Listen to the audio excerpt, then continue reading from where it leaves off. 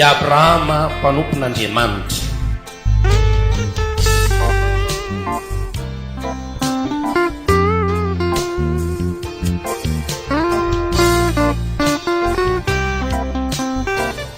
Anatona ny tenin'Andriamanitra isika Genesisy 3:2-4 Galatiana 3:7-7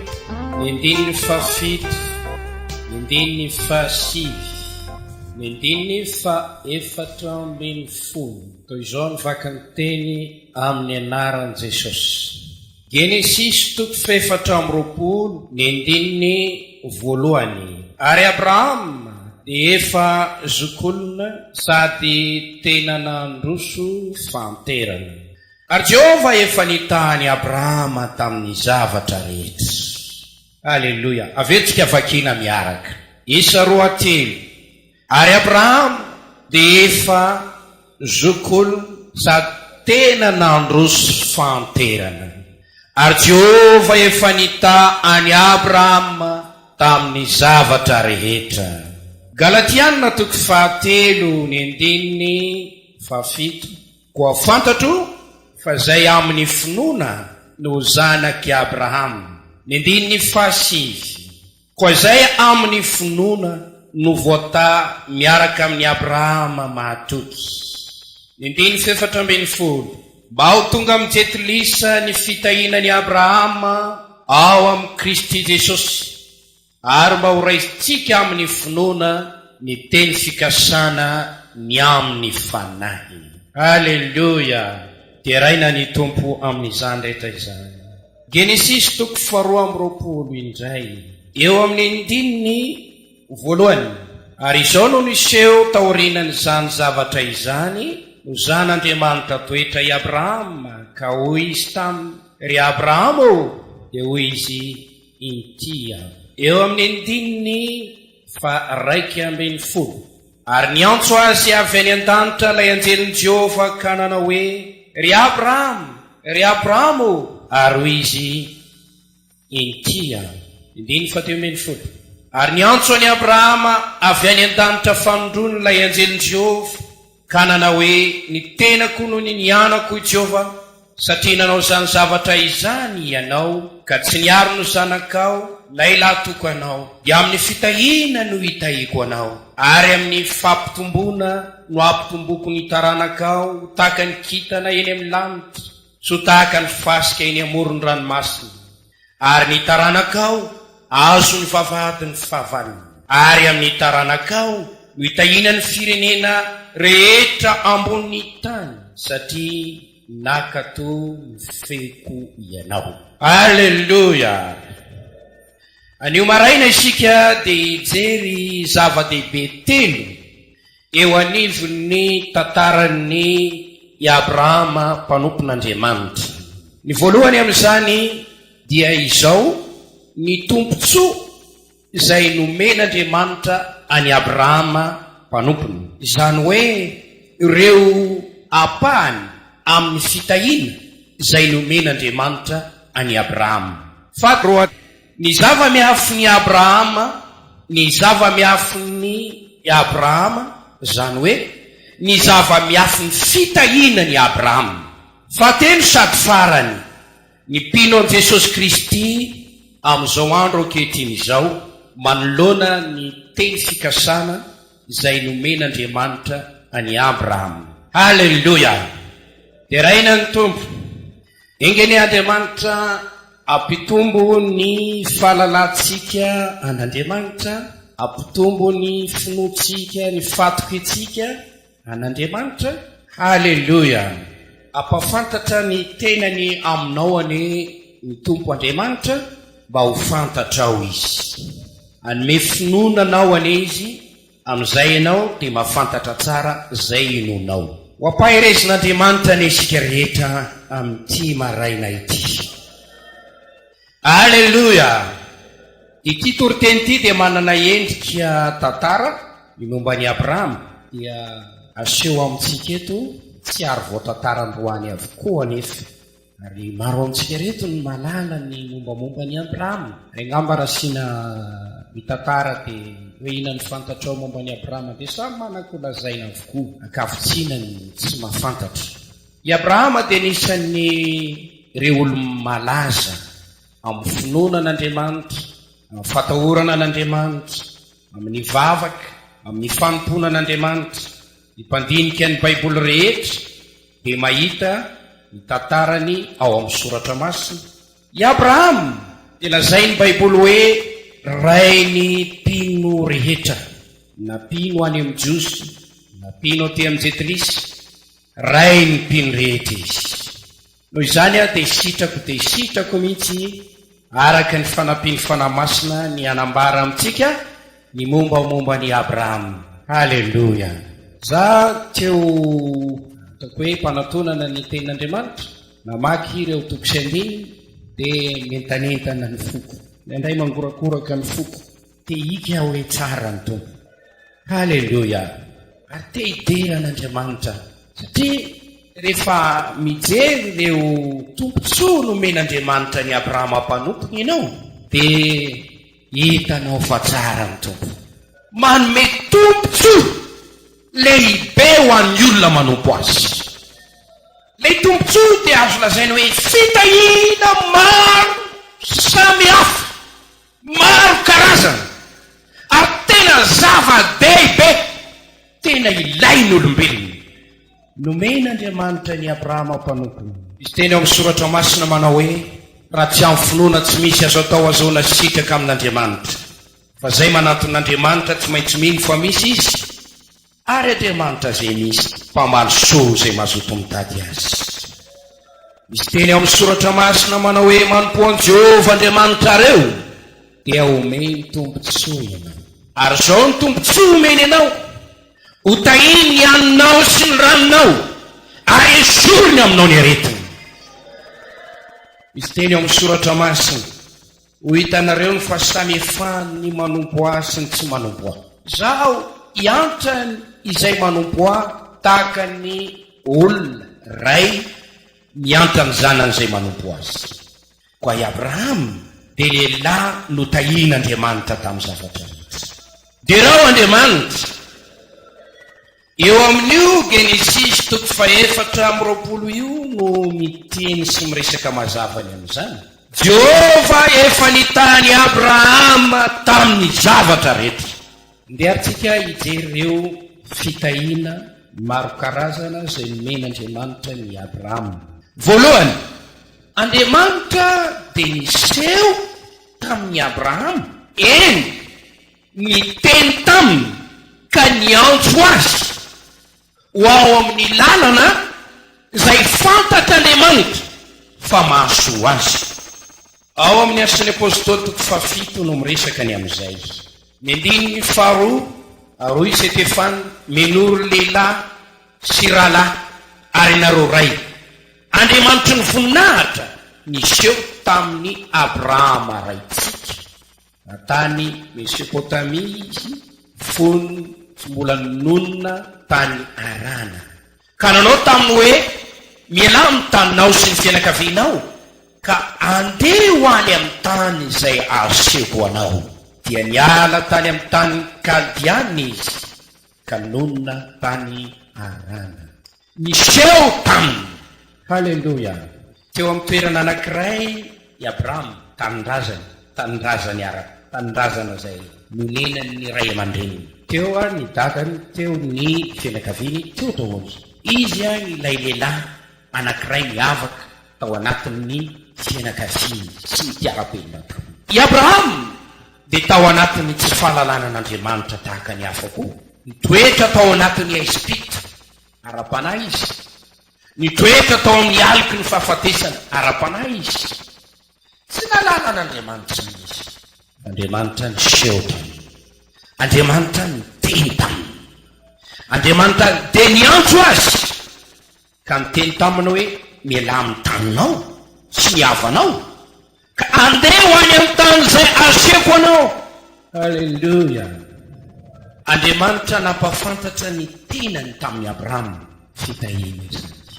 Raha ianao zao no hosehon'Andriamanitra, raha ianao zao no hitenenan'Andriamanitra, raha ianao zao no ampahiratan'andriamanitra, raha ianao zao no antsoin'andriamanitra, raha ianao zao no omen'andriamanitra baiko, mba hanahoana? Fa izahako a dia makasitraka mihitsy amin'ny tena tian'izany zavatra nataon'andriamanitra tamin'ny Abrahama izany. Ohatry tena hoe sambatra i Abrahama nisehoan'andriamanitra, sambatra i Abrahama nitenenan'andriamanitra, sambatra Andriamanitra zay, sambatra i Abrahama zay natsoin'andriamanitra. Fitahina izany. Alleluia! Faharoa, nalain'andriamanitra ho an'ny tenany Abrahama. Nahoana? Satria nofidian'andriamanitra izy mba ho mpanompony, natsoin'andriamanitra izy mba ho mpanompony. Andriamanitra nanangana ny Abrahama ho vavolombelona eo anivony maro. Andriamanitra nanangana ny Abrahama ho mpaminany. Andriamanitra nanangana ny Abrahama ho sakaizany. Andriamanitra nitahany Abrahama, nanendra ny Abrahama andova fitahina sy ho fantom-pitahina. Ovaketsika ao amin'ny Genesis 2:12. Halleluja. Ndiny voalohany miara-mamaky sika rehetra isa 2:3. Genesis 2:12 andiny voalohany ka hatramin'ny 4.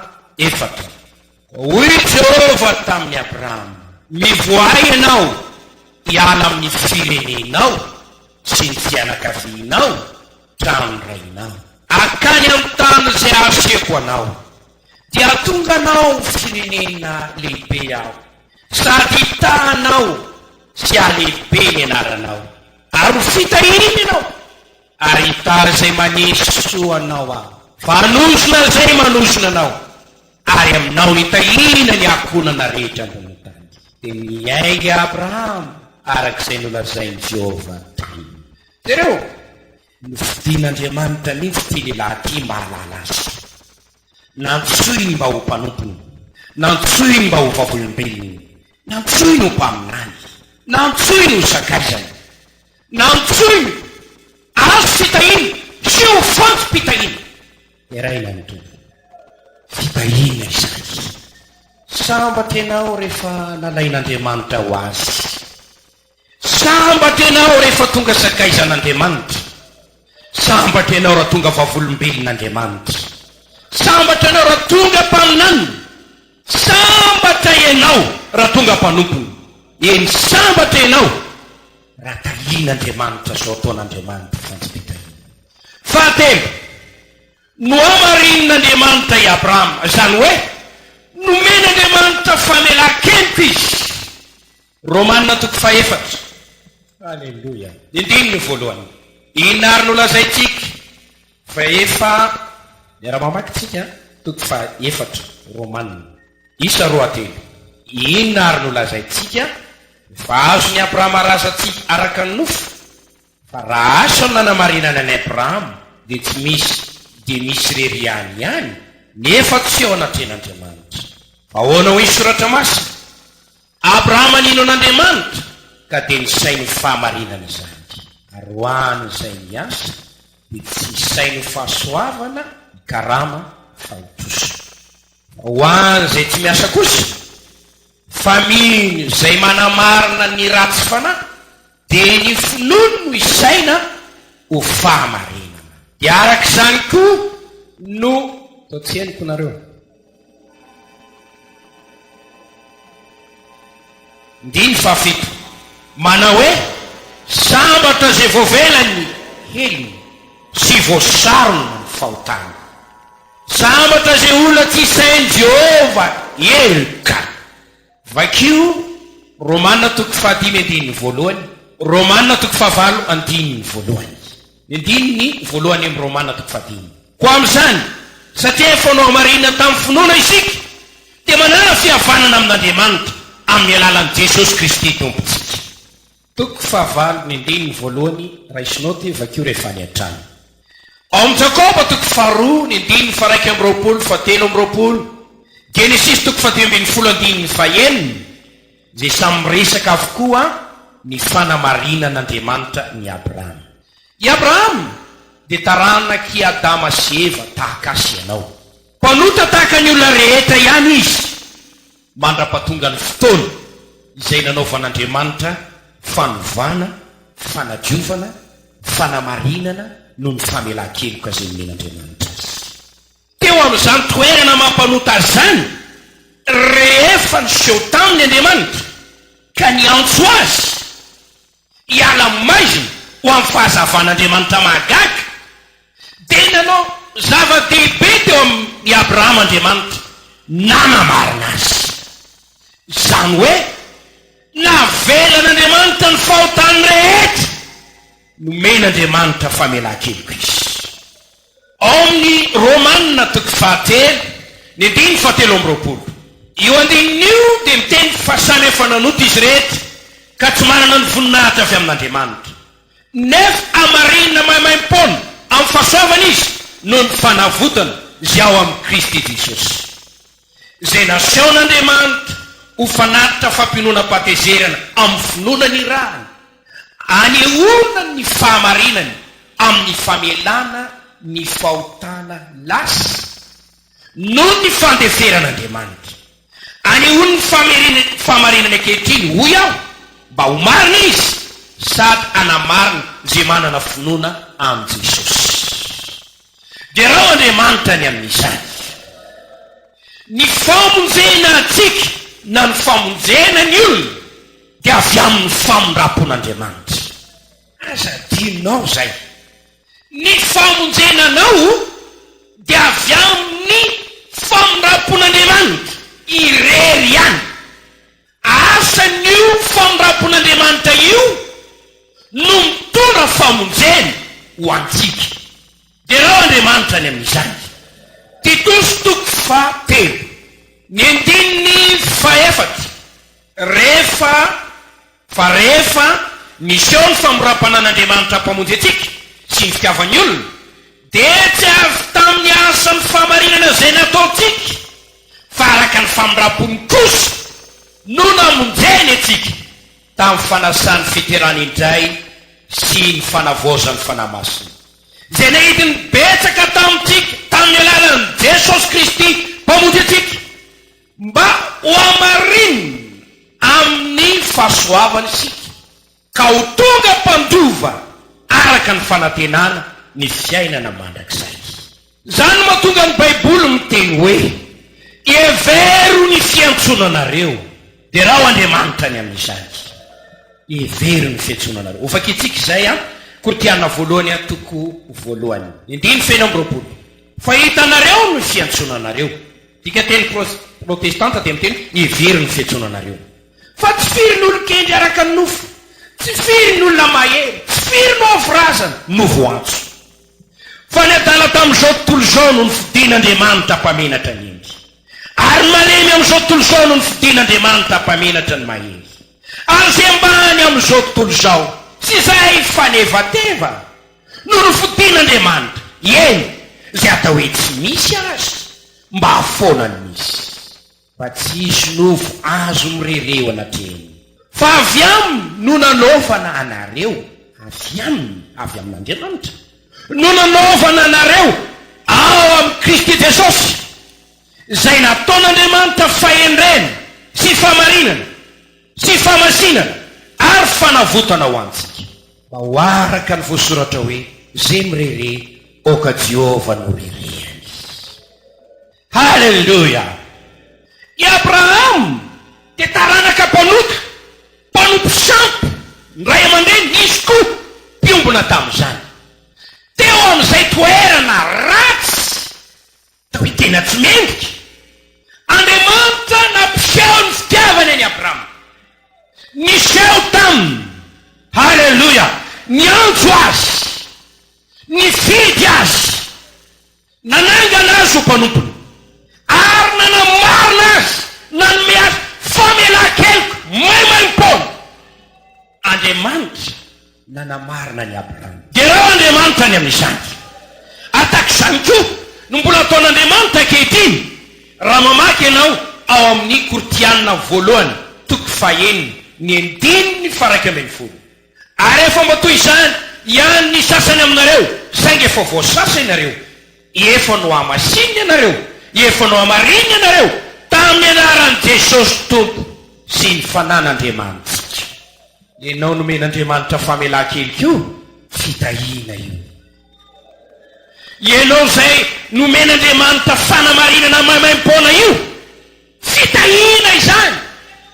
Raha ohatra ianao manontany hoe inafo ny fitahiana azoko avy tamin'Andriamanitra, dia afaka miteny ianao hoe niseo tamin'ny fanahiko izy, niteny tamiko izy, nampahiratra ny masom-panahiko izy, tonga mino azy aho ankehitriny, ary ankehitriny aho tonga mpanompony, tonga zanany aho amin'izao fotoana izao, matsapa famelan-kely ka, fitahian'Andriamanitra izany. Alleluia! Derao ny tompo. Ny fanamarinan'Andriamanitra anao dia mitondra anao eo akaikin'Andriamanitra.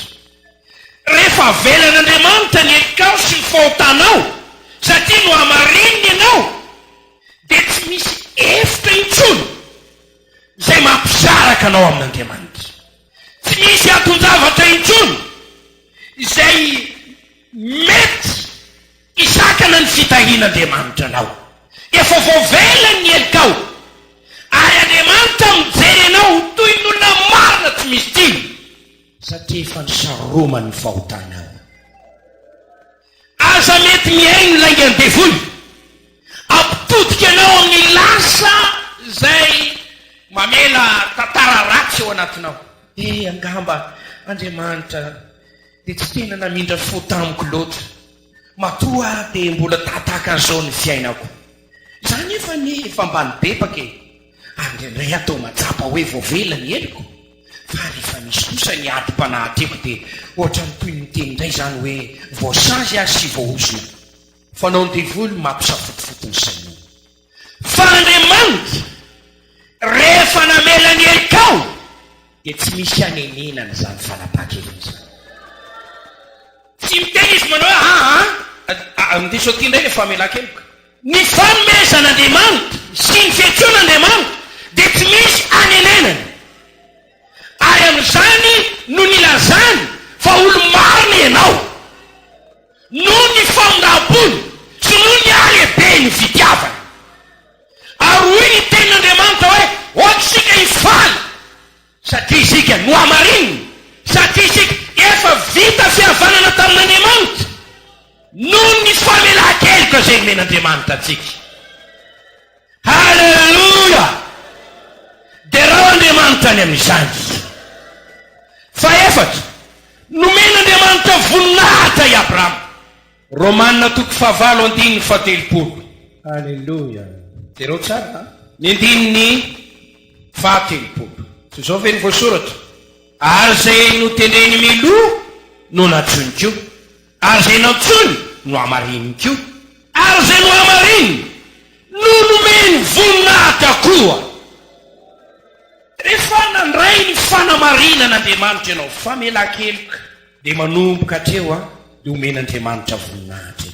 Dia raha Andriamanitra any amin'izany, jereo anie ny voninahitra nomen'Andriamanitra any Abrahama, i Abrahama mpanompoka, tsy mpanompony ota, tsy mpanompony devoly, fa mpanompon'Andriamanitra velona.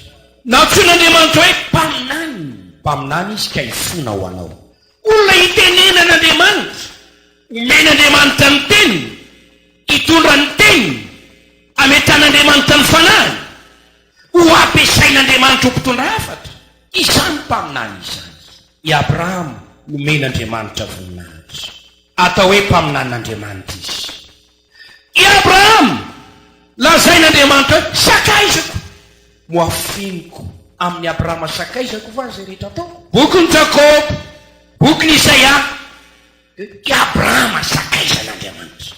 Tsy finy olona tonga sakaizan'Andriamanitra, fa i Abrahama dia nahazo an'izany voninahitra izany, atao hoe sakaizan'Andriamanitra. Tena mifankazatra amin'Andriamanitra izy. Ary misy antso ataon'Andriamanitra ho an'olombelona, mifankazara amin'ny tsotoa dia hiadany ianao, izany no atongavany soa aminao. Ary na izao na ianao dia azon'Andriamanitra atao sakaiza ihany koa. Hoy Jesosy tamin'ny mpianany, ianareo no sakaizako raha manao arak'izay anditiako anareo. Voninahitra anie zany hoe sakaizan'Andriamanitra zany. I Abrahama dia nilazaina hoe ray ny mpino ao amin'ny baiboly zany. nafiry mpino any kristy eto anivony zao tolo zao amin'ny taranaka amin'ny fandimidimy dia lazaina irendratariteny hoe taranaky abrahama avokoa izy rehetra. ray ny mpino i abrahama voninahitra izany dia raha andriamanitra ny amin'izany rehetrarehetra izany. misy tena ao amin'ny baiboly andriamanitra tsy menatra ny atao hoe andriamanitra i abrahama voninahitra. amin'ny taranaka amin'ny fandimidimby dia miseho andriamanitra ary manambara ny tenany izaho no andriamanitra i abrahama, izaho no andriamanitra i abrahama. noteneny tamin'ny isaka izany, noteneny tamin'ny jakoba izany, noteneny tamin'ny mosesy izany, mbola mitenenina zany aty amin'ny testamenta vaovao. andriamanitra tsy menatra ny atsoina hoe andriamanitra i abrahama. voninahitra andriamanitra niditra nanao fifanekena tamin'ny abrahama. mamaky ny baiboly ianao dia mahita an'izao teny zao hoe tsaroa ny fanekena nataony tamin'ny abrahama. nampiseho fifanarahana olombelona sy andriamanitra, nanao fifanarahana fifanekena voninahitra izany. dia raha andriamanitra ny amin'izany rehetrarehetra izany tsy tombontso ve raha omen'andriamanitra voninahitra ianao. halleloia. fahatiny notatan'andriamanitra i abrahama teo amin'ny fiainany rehetra. tao amin'izany dia nampianatra azy andriamanitra, nitariky azy andriamanitra. vakio rehetra teny rehetra teo hitanao zany isaia 1:9 ny 5 ka hatramin'ny 6, isaia 1:7 ny 7 ka hatramin'ny 4, isaia 1:10 ny 1 sy 4. io isaia 1:10 io no jerentsika. halleluia. ny 4 enjereo abrahama rainareo sy sara zay niteraka anareo fa folo mbola tokany izy dia natsoiko sy notaiko ary no amaroka. azafady, natsoiko sy notaiko ary no amaroka. fa ao amin'ny isaia 1:7 dia milazany amin'le hoe fitantanana. tsara andriamanitra mitantana ny olona zay nantsony sy nofidiny izy. nandelana tsarotra i abrahama. indray dia nisy krisy teo amin'ny fiainany, fa nateo aza zany rehetrarehetra izany teo foana ilay andriamanitra nifidy azy. tantana azy mandrakariva andriamanitra. halleloia. hitantsika ao amin'ny soratra masina zany nisy olana tao amin'ny tokantrano fa andriamanitra nanorevitra entina mandamina izy. nisy olana teo amin'ny mpiara-monina fa andriamanitra nanorevitra azy. tsara andriamanitra mitantana ny olona zay nofidiny izy. halleloia. raha tsapanao fa nifidy anao andriamanitra, azakidy azaketraka fa mitantana ny fiainanao andriamanitra. araha Jehova no mitantana ny tenao na dia lavo aza ianao tsy mekaraboka Jesosy. halleluia. izy no andidiny anjely niaro anao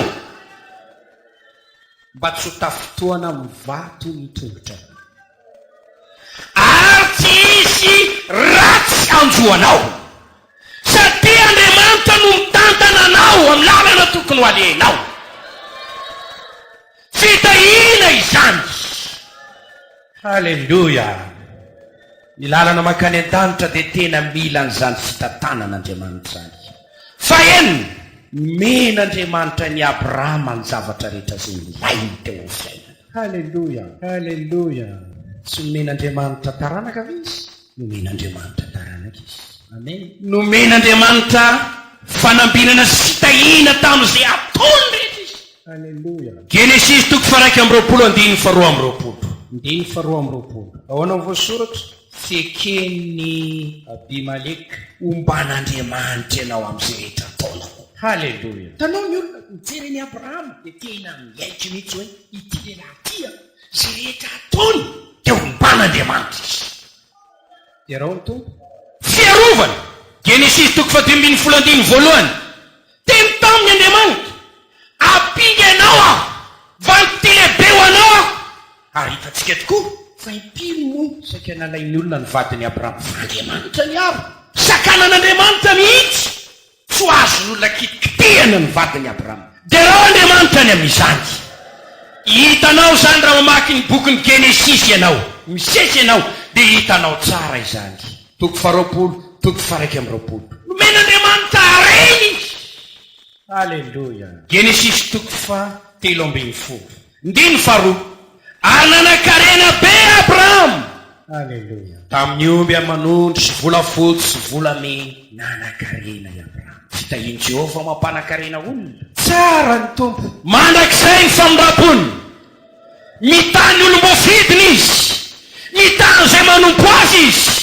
manome voninahitany reny izy manome izy ilainy reny izy ary teo amin'ny abrahama dia tanteraka ny teny hoe Jehova ny mpiangia tsy anan-java-maory teo amin'ny abrahama dia tanteraka ny teny hoe tsy anan-java-maory zay rehetra matahotra ny Jehova tsy voasoratra ve zany amin'ny salamy 4:30 voalohany salamy 4:34 alleluia fa fito sady farany no raisin'andriamanitra ho isan'ireo olo tsambatra ary an-danitra i abrahama nanahoana ny fifarany fiainany ao amin'ny Luka 2:20 ny 9:20 faraiky amin'ny 30 i abrahama nitazan'le mpanakarena ary amin'ny paradisa Matthieu 5:9 faraiky amin'ny 20 Jesosy miteny hoe maro ny aviany antsinanana aviany andrefana iara-mihinana amin'ny abrahama sy isaka amin'ny fanjakan'andriamanitra amin'ny andro avy Luka 3:20 ny 9:30 dia mbola miverina izay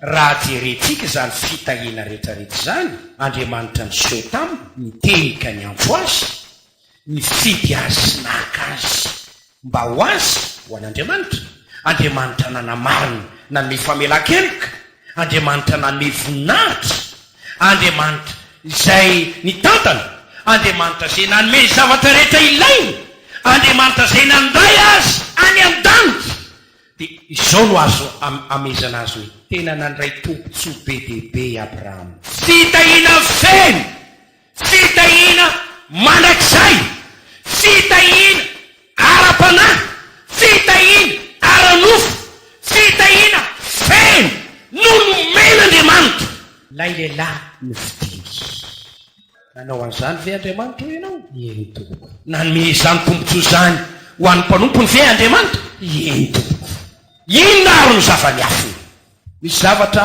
anakiroa lazaiko eto voalohany ny zava-miafiny abrahama dia tsy misy afa-tsy zao asa ny fahasoavan'andriamanitra ely ihany izay nikorina sy miseho teo tsy misy olona mahay mandraina inona na inona raha tsy nomena azy avy any ambony amen zavatra ilaina fahaizana mandanjalanja tsara mihitsy ny amin'ny lalàna sy ny amin'ny fahasoavana ny lalàna dia tsy maintsy miteny toy izao hoe tsy maintsy ataonao zao mba azo an'izao fa ny fahasoavana kosa hoe nomeko anao ty mba andehananao ao amin'izay sitrapon'andriamanitra lelaitsika dia mieritseritsy ahoana ny itiavanao andriamanitra ahoana ny itiavanao ino no ataoko mba tonga ho tiany tompo ngava mety hisy teny manao hoe zao no ataoko mba tonga ho tian'andriamanitra mitandremako ny tety fo ifadianina indro isan-kerinandro aho ampahoro ny tenako aho zany fanontaniana izany dia fanontanian'ny olona zay tsy mahalala tsara ny afatry ny filazantsara fa andehantsika hijery amin'izay lafin'izay ihany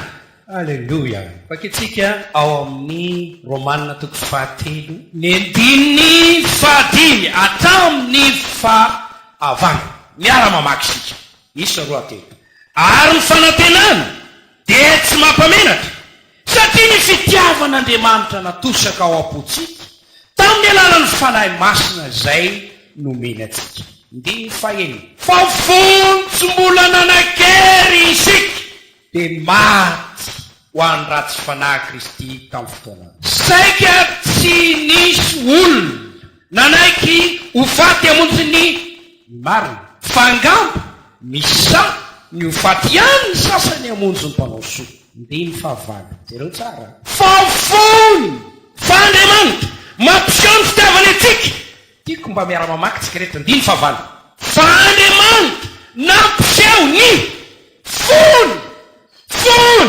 andiny fahavalo aveantsika indray mandeha fa andriamanitra nampiseho ny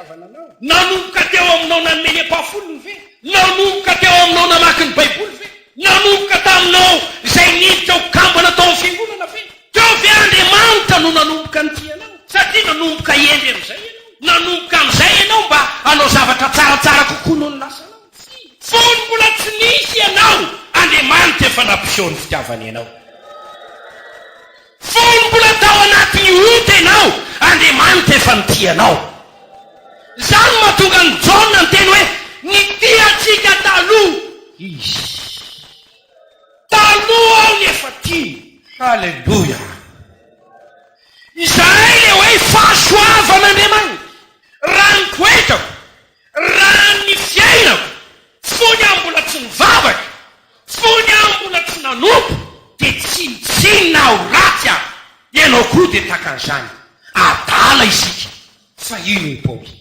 adala teo amin'izao tontolo izao ianao ivarazana ianao olambany ny sasany tona itilika ny fiarahamonina ny sasany teo tsy misy mihitsy raha hoe resaka fambonitoetra dia tsisy ina moa ilain'Andriamanitra anao ianao ny tsy nanana an'izany ianao ny tany amin'ny sortiry ianao ny ampidoroka ianao ny ampijangajangy sasany ianao ny mpanompisampy fa Andriamanitra ny tianao fony mbola tsy nanan-kely vavahana sy anomponan'Andriamanitra ianao dia efa nitianao Andriamanitra ka raha misy tena hoe ino anao taoko mba hitiavan'Andriamanitra any dia izaka hitandrana ny lalàna ianao dia ho tafasaraka amin'ny fahasoavana ianao ianao tsara fa zavatra ilaina hojerenao inonao sy horenanao fotony fitahinanao dia avy amin'ny fahasoavan'Andriamanitra rery zany mahatonga ny Paoly miteny manao hoe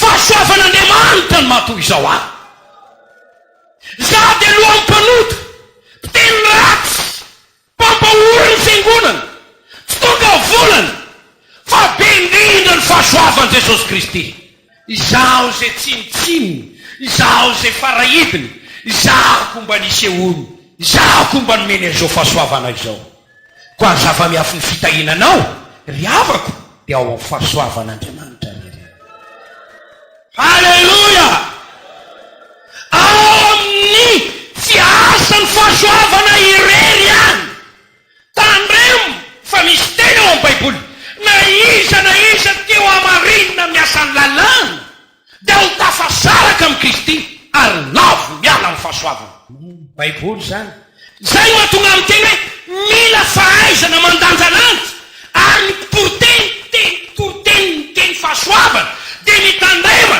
mba tsy mpitoro lalàna maiza mampianatra zany mahatonga amin'ny Paoly ny teny hoe ninitsy nalara zavatra hafa teo aminareo aho fa zavatra tokana ihany niezahako fantatrareo ary nasiako mba ho Kristy voaomby teo amin'ny azo fitaliana halleluia halleluia dia raha Andriamanitra any amin'izany Paoly teny sitak'Andriamanitra no nanokana tany ekibony reny ka nany amin'ny zanany tato anatika mba hitoriko an'izany zany ozy dia asan'ny fahasoavan'Andriamanitra asan'ny fahasoavan'Andriamanitra izany ary fahasoavany no amin'ny anareo tsy avy aminareo zany fa fanomezan'Andriamanitra tsy amin'ny azo fandrao isy rere raha navonjy teny ianao dia tsy ilaina ny nafatesan'i Jesosy tena ianao ne tena vitandizy ianao na vitandizy tsy inatsoa tsy ilaina ny rahan'i Jesosy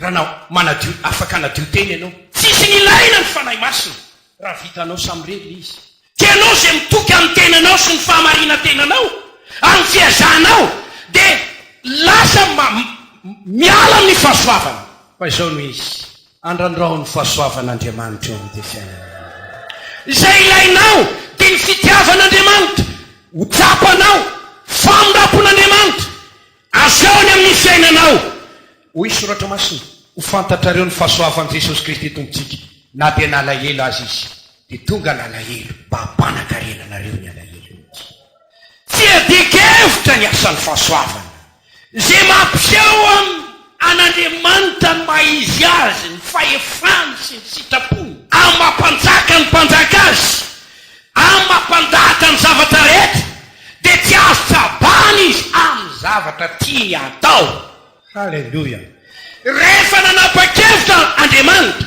iseho tamin'ny Abrahama ahaka ny Abrahama atao jiro eo anivony zao tontolo zao ho mpaminany ho sakaizany ho mpitondra hafatra ary andrainy Abrahama sy ny taranany ho taranaka voafidy anakinan'Andriamanitra andraikitra tsy misy olo afaka misalovana am'izany. Halleloja. Dia raha Andriamanitra any amin'izany rehetrarehetra izany sitaka Andriamanitra ny tany Abrahama noho ny safidy ny tenany noho ny sitrapony manokana noho ny fitiavana ny Abrahama noho ny planiny manokana sy ny zava-miafin'Andriamanitra manokana dia voatay Abrahama. Halleloja. Niseho tamin'ny Andriamanitra niteny tamin'ny Andriamanitra. Halleloja. Nalain'Andriamanitra ho azy Abrahama arak'ireo andiny hitantsika ireo dia no hamarin'Andriamanitra izy nomen'Andriamanitra voninahitra izy dia rao ny tompo ninon'Andriamanitra ny vavaka nataony no tatan'Andriamanitra izy nomen'Andriamanitra ny zavatra rehetra ny ilaina izy no raisin'Andriamanitra ny an-danitra izy. Halleloja. Tianao ve ny mba azonsa zava-miafina zany metehera amin'ny fahasoavan'Andriamanitra. Lazao ny eo akaikinao raha tianao ny azo fitahiana feno dia metehera amin'ny fahasoavan'Andriamanitra. Halleluja. Halleluja. Halleluja. Fahasoavana. Fahasoavana. Fahasoavana. Fahasoavana eky. Oaka tsy diso fahasoavana. Halleluja. Maro ny sasany dia ohatrany mametan'Andriamanitra hoe fadianina 3 andro aby azo zao na ifady 5 andro aza anao zero satria anao tsy mijery an'ilay fahasoavan'Andriamanitra. Everinao fa fampahoritenanao no azaonao zavatra avy amin'Andriamanitra. Tsy izany ny fitiavany dia ampy anao. Fa mifadianina mitandrina ny didy ho famaliko fitian'Andriamanitra. Halleluja. Miaritra ny mafy noho ny aminy amaliko fitia azy. Fa tsy hoe ataoko izany mba hitiavany izy efa tia taloha fa amin'ny fahendrenany meny dia tsy maintsy manao an'izay mba amaliko fitian'Andriamanitra. Inona no valiko an Jehova no ny soa nataony tamiko no ny soa izay nataon'Andriamanitra taminao dia mily ianao mieritreritra hoe za tia satria izy efa tia taloha satria izy nanao an'izao dia mba zao koa no mba ataoko mba maly fitian'Andriamanitra ianao. Fahendreny zany ho fiderana zany ho fakasitrahana izany ho fakasitrahako an'Andriamanitra ny amin'ny zavatra nataony tamiko dia ampifaliako izy. Halleluja. Halleluja. Ary fitiavana no mibaiko ho amin'izany rehetrarehetra zany. Tsy mahatsiaro hoe terena, tsy mahatsiaro hoe andevozina, tsy mahatsiaro hoe gejaina. Oka ianao tsy atsiaro hoe voageja satria Jesosy miantso ny miasa fatana mafesatetana ho tonga ho aminy mba homeny fitsarana. Halleluja. Amin'ilay maizy ianao sy le toetranao io maizy ianao io mihitsy ilaina manaton'Andriamanitra ianao. Tandremo tsara ho ihany tandrema fa mila mahay mandanjalanja fa ndrendray ny olon'Andriamanitra koa dia tsy malala ny abelyle fahasoavana izay mahatonga azy ho lasa kritika ny hafa ary maika dia maika satria tia hita ny sasany ho mpitandrina nito sy mpandray an'ity. Anao asa-pamarinana amin'ny fiezan'ny tenany nefa nanadino le tena fiasan'ny fahasoavan'Andriamanitra tao amin'ny nanomezany an Jesosy Kristy. Halleluja. Faharoa, zava-miafin'i Abrahama ny finoana velona izay nananany tao anatin'ny folo. I Abrahama toko 1:10 fahavaloko hatramin'ny fahasivy. Finoana no nakatoavany Abrahama rehefa nantsony izy. Dia raha ho Andriamanitra any amin'izany finoana. Halleluja. Eo amin'ny andininy Hebreo toko 1:10.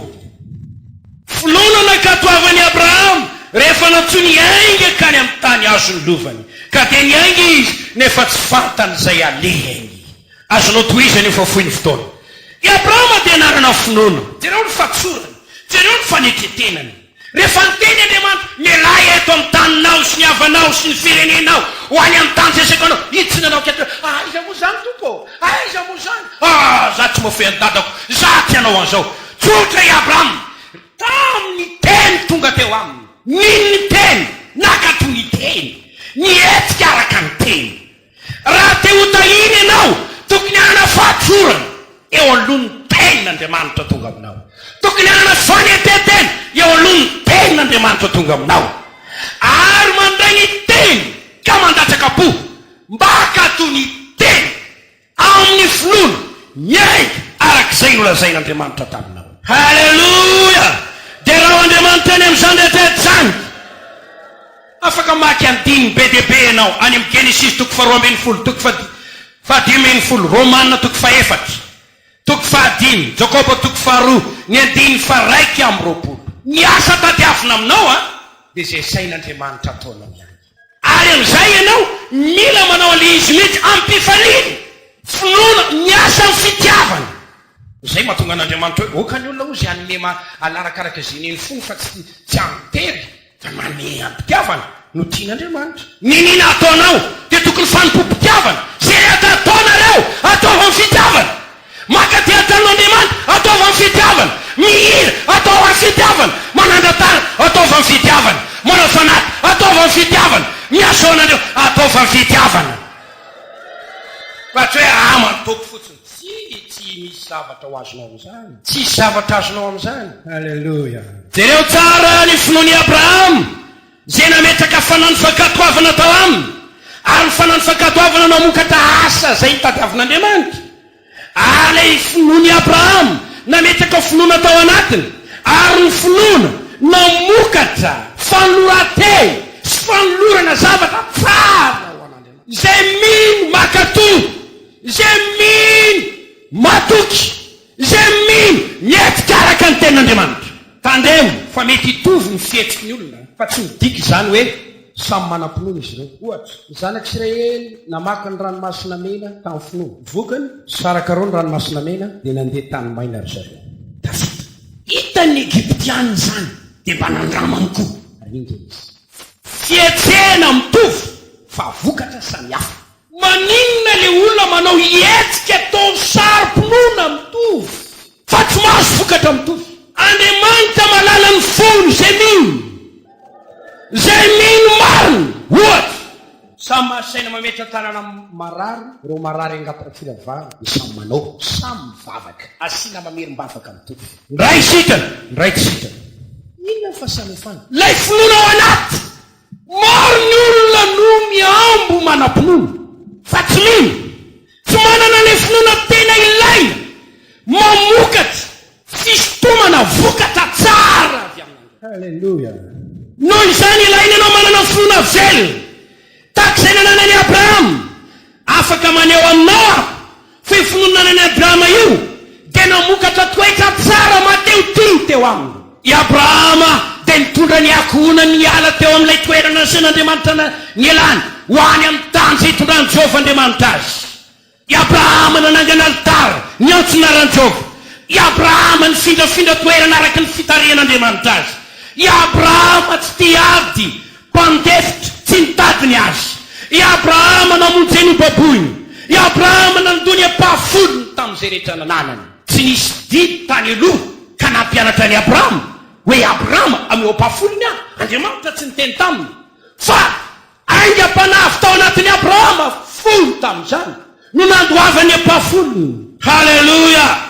Ny tompo finoana nakatoan'Andriamanitra nanaiky ny fitipika rehetra tampitiavana nanao soa vavaka ao marary no fonana ho an'ny tao Sodoma zava-miafiny ny Abrahama tao ny fahasoavana fa teo koa ny finoana nanana izy. Rahalahy sy anabavy anananao ve ny finoana manahoana baiboly miteny mananatra anareo aho ijoto iazanareo mafy iaro ny finoana zay natolotra indray mandeha monja ho an'ny olo-masina. Lay finoany olo-masina dia hafa mihitsy. Zany mahatonga azy ireo isakaizan'Andriamanitra mahita ny voninahitr'Andriamanitra mahita ny fitahian'Andriamanitra mahita ny fahagagan'Andriamanitra eo amin'ny fiainany. Halleluja! Haleloia! Ilaina ary zany finoana izany raha te azo fitahiny ianao amin'ny anaran'i Jesosy. Tonga eo amin'ilay teboka farany aho nipino an'i Jesosy Kristy amin'izao andro ankehitriny izao manoloana ny teny fikasana izay nomen'Andriamanitra ny Abrahama. Vaovao mafaly ambarako aminao, Abrahama no ray nipino. Taranaky Abrahama ianao no ny finoana an'i Jesosy. Firy minao zany? Vakeo tsara ao amin'ny Galatiana teo. Haleloia! Galatiana toko 7. Ny 7 miara-mamaky tsika. Toko 7, ny 7. Isa 2 koa fantatro fa zay amin'ny finoana. Haleloia! Averina ndray mandeha. Isa 2 zay amin'ny finoana no taranaky Abrahama. Ara taranaky Abrahama ianao dia amin'ny alalanao ny tahina ny firenena ambony tany. Raha taranaky Abrahama ianao dia mpandova ny teny fikasana nomen'Andriamanitra ny Abrahama. Ara taranaky Abrahama ianao ho anao koa ny fitahin'Andriamanitra ny Abrahama. Ara taranaky Abrahama ianao dia mpiombona ny fitahiny Abrahama. Haleluia! Jereo tsara eo amin'ny andininy 7. Haleluia! Isa 2. Koa zay amin'ny finoana no voata miaraka amin'ny Abrahama. Haleluia! Ho raisinao zany fitahiny Abrahama izany.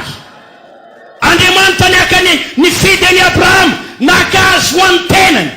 Ianao koa olona mifidian'Andriamanitra nalain'Andriamanitra ho an'ny tenany. Andriamanitra niantsony Abrahama ka nanangana azy vavolombelona. Ianao koa efa natsangan'Andriamanitra ho vavolombelona. Andriamanitra nanendry any Abrahama ho mpaminany. Ianao koa voatendry ho mpaminan'Andriamanitra ho mpitondra hafatra. Haleluia! Andriamanitra nitany Abrahama ka nanao azy ho sakaiza. Ianao koa sakaizan'Andriamanitra noho ny amin'ny Jesosy. Raha name voninahitra ny Abrahama Andriamanitra dia tia ame voninahitra anao koa. Ary voninahitra zay omeny ianao dia tsy azon'olombelona esoa. Tsy voninahitra avy amin'olombelona izany fa voninahitra avy any ambony ahitin'Andriamanitra eo aminao amin'ny alalan'ny fanisin'ny tomboka seny fiainanao, amin'ny alalan'ny fanahy masina. Ary Andriamanitra mahafantatra anao ka na dia ny anjelin'Andriamanitra azy dia ran'Andriamanitra hidobo manodidina anao. Omeny anao zay irianao, omeny anao zay ilainao. Haleluia! Andriamanitra tanteraka izay ilainareo araky ny reny voninaony amin'ny Kristy. Ary zay tsy niaro ny zanany toka fa natony amonjy atsika, tsy omeny atsika mahay manim-paona kova miaraka amin'izany ny zavatra rehetra. Sady ianao taranaky Abrahama dia ho anao ny teny fikasana zay nomen'Andriamanitra ny Abrahama. Fa Andriamanitra mahatoky ny teny tamin'ny Abrahama, ho tahiko ianao, ho tahiko ianao amin'ny fitahiana tokony hitahiko anao. Hitahiko ny taranakao, ary ny taranakao azo ny vavahady ny fahavalony. Ianao io zany dia azo ny vavahady ny vavanao. Haleluia! I Abrahama dia nomen'Andriamanitra hery, nomen'Andriamanitra laza tsara. Alehibe ny anaranao aho, ho ampinga anao aho, ho firenena lehibe ianao. Ary ny Baiboly dia milaza fa i Abrahama dia nandesy mpanjaka maro. Ary ny voninahitra zay nomen'Andriamanitra azy, Melkisedeka, mpisoron'Andriamanitra ny tsenany Abrahama dia nitsotra ho azy. Zany dia taratry ny anjelina Jesosy, ilay mpanjaka ny fiadanana toy ny Jesosy Kristy mihitsy. Eo na mitombo ianao dia atsodrano fanampiny ny dray ianao. Tahina, voata, anio, manakizay manakizay. Haleluia! Dia raha Andriamanitra ny amin'izany zava-dehibe ny finoana an'Andriamanitra, minoa an'Andriamanitra amin'izay ataonao ho akanana finoana an'Andriamanitra marina. Tsy finoana me tsara vela tsy finoana anarana, finoana velona zay mampilay ianao amin'Andriamanitra. Misy lazain'Andriamanitra fotsiny ihany ianao dia ho hitanao ny fataterahany teny fikasana amin'ny fiainanao. fa ny zavatra rehetra azomy tenin'Andriamanitra avokoa. Alleluia. Alleluia. Dia raha ho Andriamanitra any amin'izany izay nampanantenan'Andriamanitra any Abrahama dia ho ako, ho anako, ho antsikako, tsika izay mino. Halleluia. Ary ianao dia taranaka lolom-boafity ankehitriny, taranaka voafity.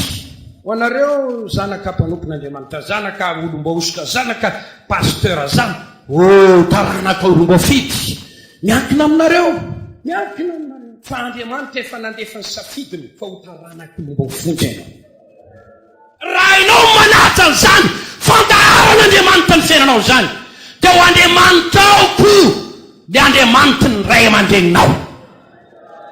Ary Andriamanitra natanteraka ny tenina mpanantenany an'i Abrahama amin'izay taranak'i Abrahama dia ny taranaka aoko izany ribiny. Okatsika tsy teny hoe izay tsy mba jiosy, okatsika tsy mba teny hoe izay tsy mba zanak'Israely, tsy zanaka ny nofo no zanak'i Abrahama izay nateraka ny nofo, fa izay na zanaky ny teny fikasana. Ianao zao dia zanaky ny teny fikasana ho an'i Abrahama noho ny tenin'Andriamanitra. Alleluia.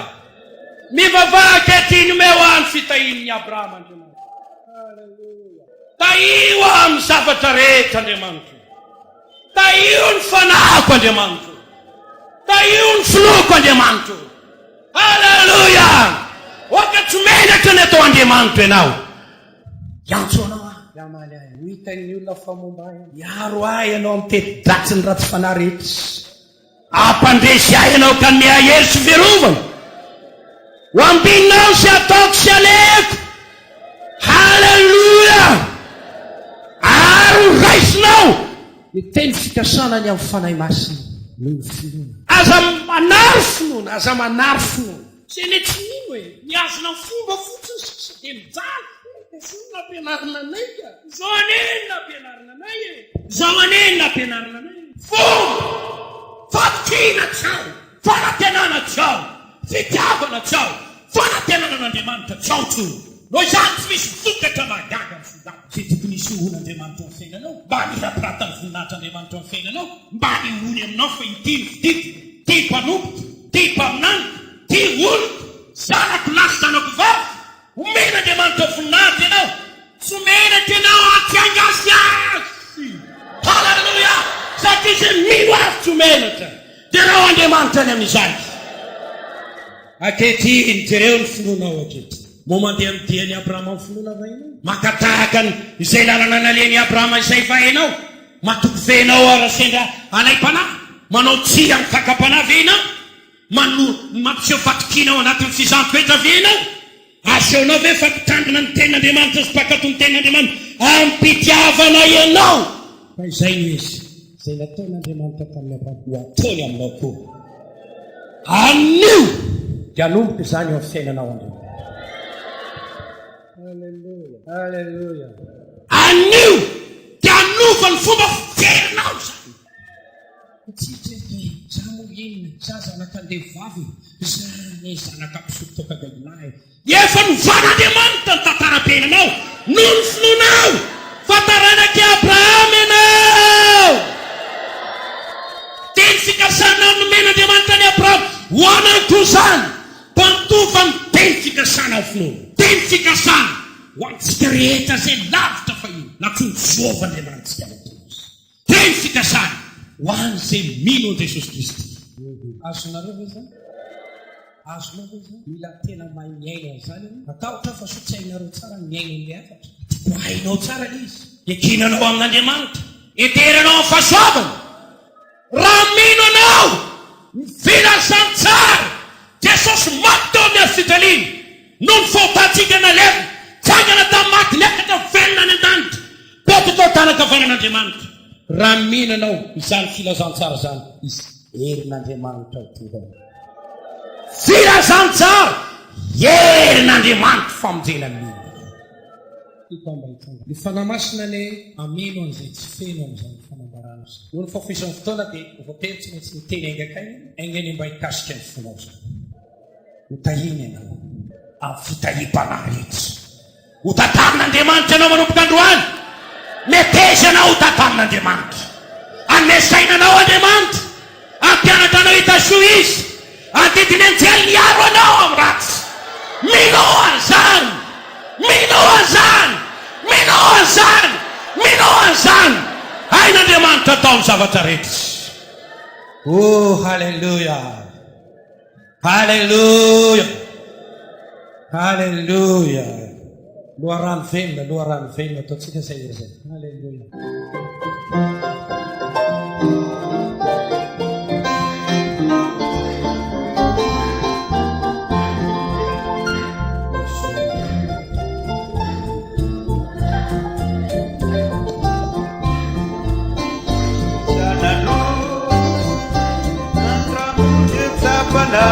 Fatsara ilayo doarano pipalina miteso, doarano pipali doarano benuna vui gato ampudo isananu andramude tsapana. Fatsara ilayo doarano pipalina miteso, doarano piteran doarano benuna mipuluta babado isananu irokano sipi mabedi ilayu doarano biterana miteso, doarano bedayi doarano benuna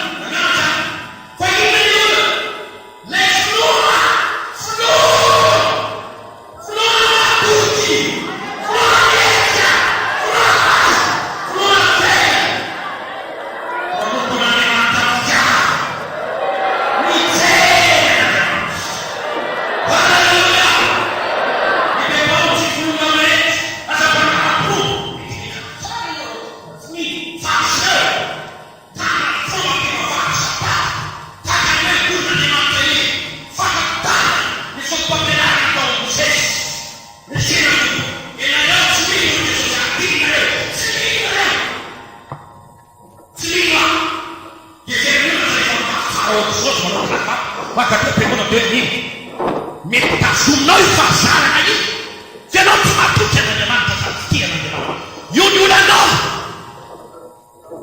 Parapino, Yuvanuan, Yuvan situlano nell'amanto no. Si mismisata con l'uomo nell'amanto. Si mismisata con nell'amanto. Il nell'amanto di Abraham si stacca da po'. Si imparano di Abraham che non sa. You know, son. Mi tenera taro antena no. Fataru antena no. Tarana ki Abraham. Hallelujah. Pero Kama masini amangelo. Perfetto di mandini io più a tarifa non ti mangiava che non ti proprio.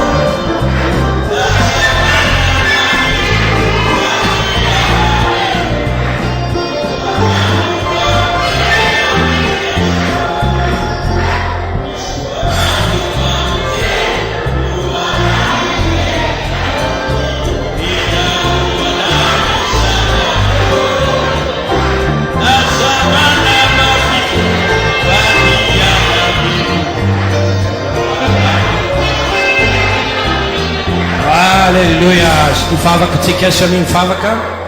Mety raha mandora tena.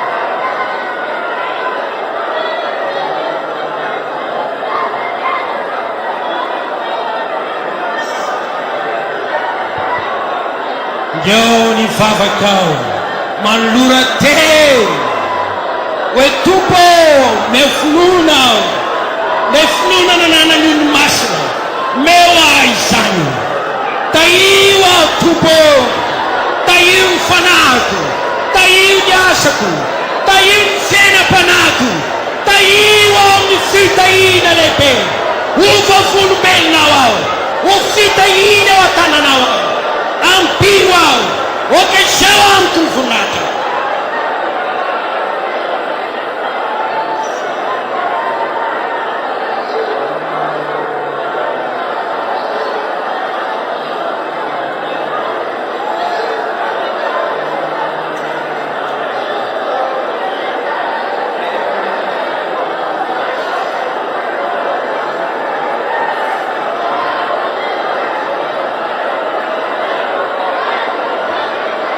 mi vava mi funoreta Haleluya.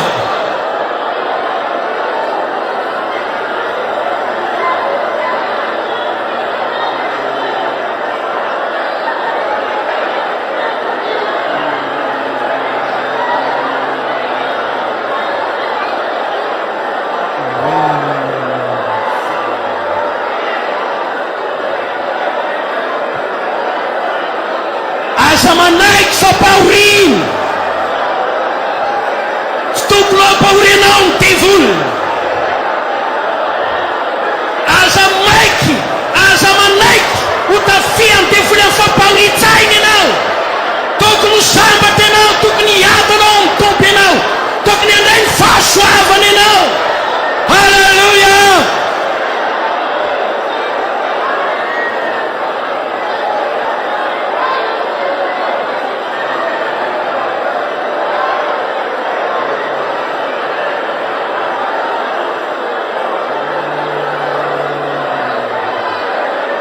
Ianao zay mikorotatsaina io, ianao zay tsy mahita tory io, miakatra mitosikanao, kiviketraka ianao, misy famonjenao ampiotsoa raiso ny finono.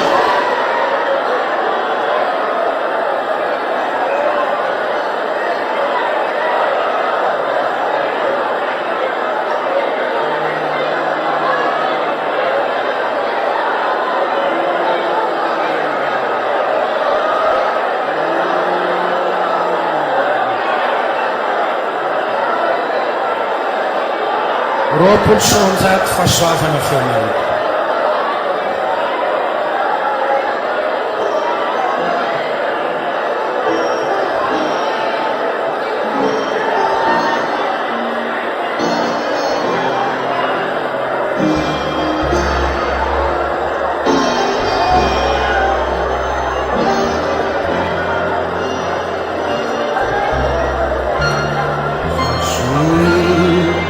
Roavala feu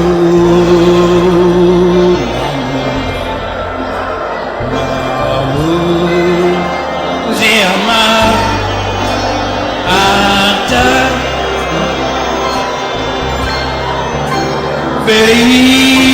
felicidama faizau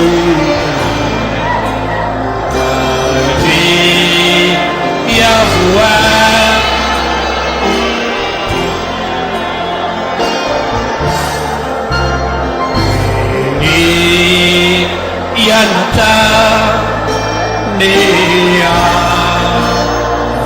Atu Tautu Funa Ene Mamie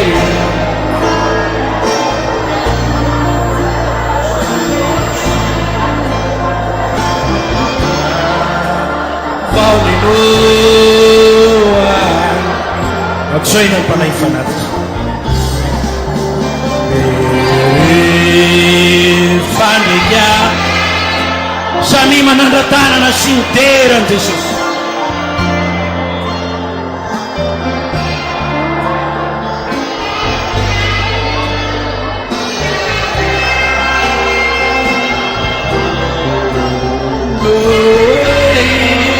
Fahasoavany Fale